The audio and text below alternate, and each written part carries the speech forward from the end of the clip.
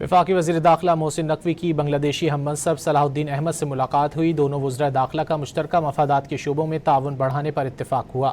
ملاقات میں پولیس افسران کی ٹریننگ اور ایکسچینج پروگرامز پر گفتگو ہوئی۔ سائبر کرائمز اور آن لائن فراڈ روکنے کے لیے اشتراک بڑھانے پر اتفاق کیا گیا۔ ایران امریکہ تنازع اور مشرق وسطی کی موجودہ صورتحال پر تفصیلی تبادلہ خیال کیا گیا۔ بنگلہ دیشی وزیر داخلہ نے قیام امن کے لیے پاکستان کے تعمیری کردار کو سراہا۔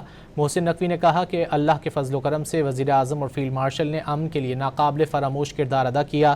ہم نے باہمی روابط کو مزید مستحکم کرنے کے نئے مواقع سے فائدہ اٹھانا ہے۔ وفاقی وزیر داخلہ محسن نقوی کی بنگلہ دیشی ہم منصب صلاح الدین احمد سے ملاقات ہوئی۔ دونوں وزرائے داخلہ کا مشترکہ مفادات کے شعبوں میں تعاون بڑھانے پر اتفاق ہوا۔ ملاقات میں پولیس افسران کی ٹریننگ اور ایکسچینج پروگرامز پر گفتگو ہوئی۔ سائبر کرائمز اور آن لائن فراڈ روکنے کے لیے اشتراک بڑھانے پر اتفاق کیا گیا۔ ایران امریکہ تنازع اور مشرق وسطی کی موجودہ صورتحال پر تفصیلی تبادلہ خیال کیا گیا۔ بنگلہ دیشی وزیر داخلہ نے قیام امن کے لیے پاکستان کے تعمیری کردار کو سراہا۔ محسن نقوی نے کہا کہ اللہ کے فضل و کرم سے وزیر اعظم اور فیلڈ مارشل نے امن کے لیے ناقابل فراموش کردار ادا کیا۔ ہم نے باہمی روابط کو مزید مستحکم کرنے کے نئے مواقع سے فائدہ اٹھانا ہے۔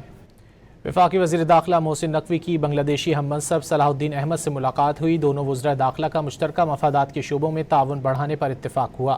ملاقات میں پولیس افسران کی ٹریننگ اور ایکسچینج پروگرامز پر گفتگو ہوئی۔ سائبر کرائمز اور آن لائن فراڈ روکنے کے لیے اشتراک بڑھانے پر اتفاق کیا گیا۔ ایران امریکہ تنازع اور مشرق وسطی کی موجودہ صورتحال پر تفصیلی تبادلہ خیال کیا گیا۔